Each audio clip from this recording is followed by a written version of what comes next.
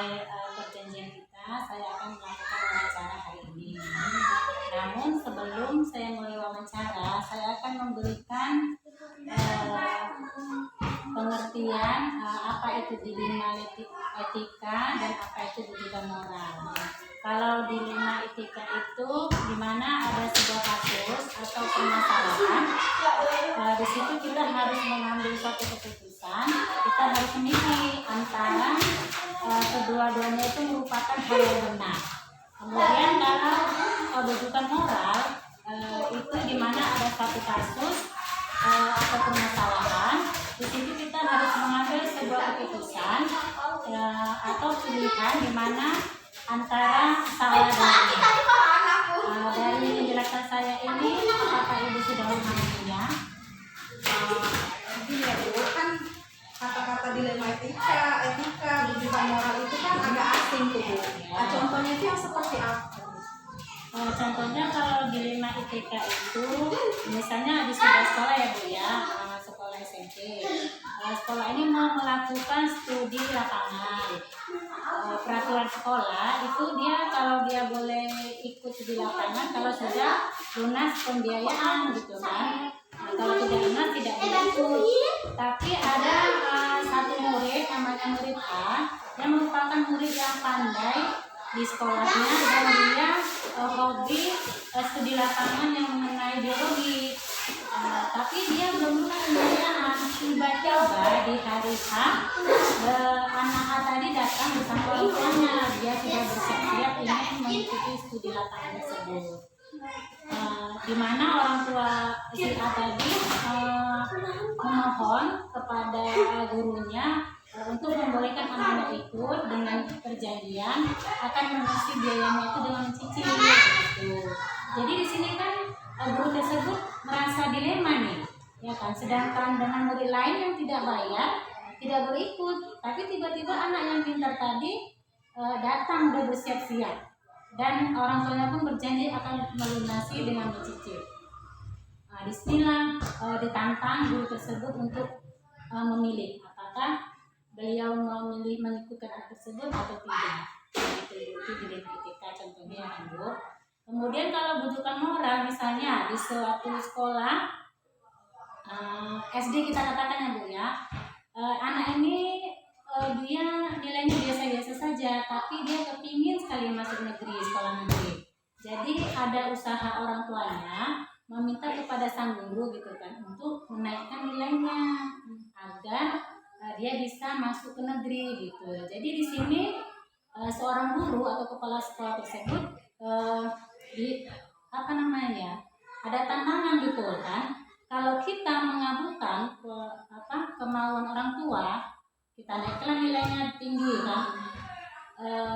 Sedangkan itu kan perbuatan yang tidak benar ya Bu ya. Nah gitu. Jadi di sini kan kita memilih apakah kita menaikkan itu hal yang salah atau kita tidak menerima permohonan orang tua tadi dan itu merupakan hal yang benar. Nah itulah contoh dari wujudan moral itu. Jadi dari penjelasan saya ini, apakah Ibu sudah paham contoh-contohnya? Oke, paham Bu. Nah kalau sudah paham, kita lanjut ke wawancara ya Bu ya. Boleh Bu. Oke. Jadi Bu, Ya Bu, karena Ibu sudah memahami tentang dilema etika atau wujudan moral, kita mulai wawancaranya ya Bu ya. oke. Jadi selama ini bagaimana Ibu mengidentifikasi kasus-kasus atau permasalahan yang merupakan dilema etika atau wujudan moral? Kalau secara khusus ya Bu ya, saya memang tidak ada mengidentifikasi. Tapi mungkin kedepannya nih, saya akan mempelajari dan menyimpulkan kasus-kasus yang terjadi atau masalah yang terjadi di sekolah itu untuk apa? Ya biar kita tahu tindak lanjut ke depannya, baik itu secara dilema etika ataupun wujudan moral. Oh gitu ya Bu ya. Kita lanjut ya Bu wawancara kita. Selama ini bagaimana Ibu menjalankan pengambilan keputusan di sekolah Ibu, terutama pada kasus-kasus yang mengandung sesuatu yang sama-sama benar, pilihan yang sama-sama benar dan sama-sama mengandung kebajikan. Biasanya tuh Bu, kami tuh saling berkoordinasi atau musyawarah kepada pihak-pihak yang memang terlibat, misalnya tuh kepada guru, orang tua, yayasan juga terkadang, dan pihak-pihak yang terkait dalam masalah itu, biasanya begitu. Oh, jadi ada kerjasama dan kolaborasi gitu ya Bu ya? Ya gitulah. Bagus sekali ya Bu ya.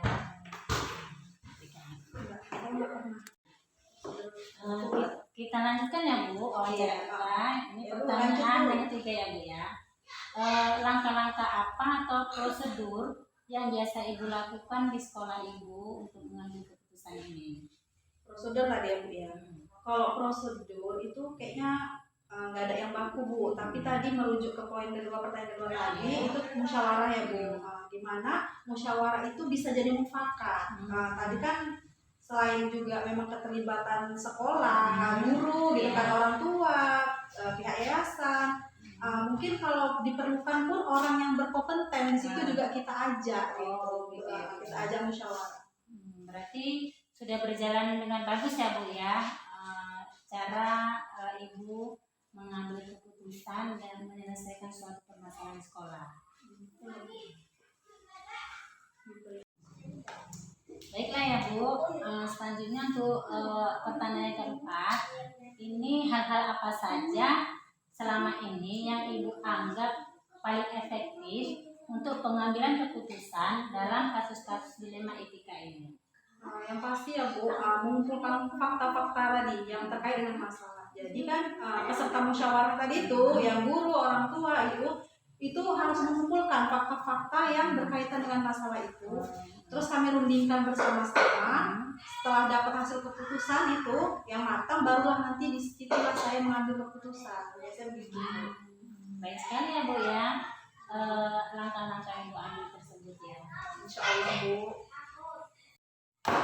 Baiklah ya Bu, kita lanjutkan wawancara kita ya Bu ya. Ya Bu. Jadi hal-hal apa saja selama ini yang menjadi tantangan buat Ibu dalam mengambil keputusan pada kasus-kasus dilema etika ini? Kalau saya sih Bu ya, sepengalaman saya nih jadi kepala sekolah memang nggak ada sih Bu tantangan yang berarti gitu, karena kayak guru, orang tua pun biasanya itu selalu satu sih kami Bu. Jadi mungkin ada, tapi mungkin nggak terlalu gitu, nggak terlalu menantang gitu Bu. Jadi saya menganggap itu bukan tantangan sih, gitu sih. Alhamdulillah kan ya Bu ya. Saya ini sangat berterima kasih sekali ya Ibu mau meluangkan waktunya. Tapi wawancara kita belum selesai ya Bu ya. Kita lanjutkan ya Bu ya. Apakah Ibu memiliki sebuah tata cara atau jadwal tertentu untuk menyelesaikan kasus-kasus atau permasalahan dilema etika ini?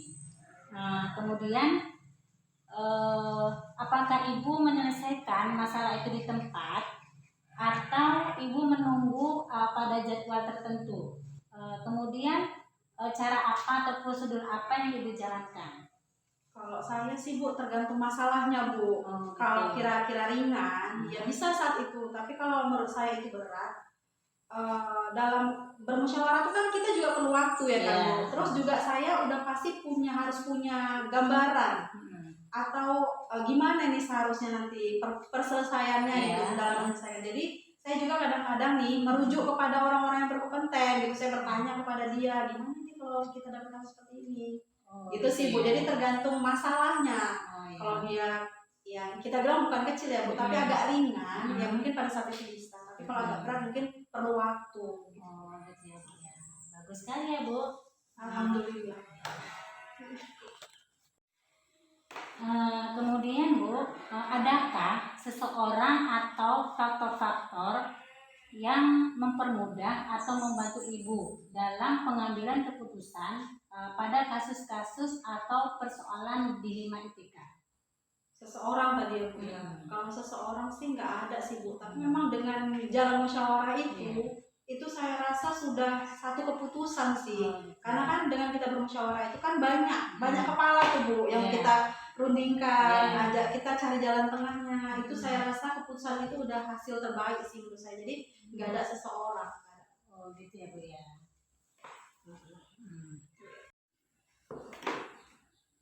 Hmm. Kita lanjut ya Bu, wawancara kita ya Bu ya.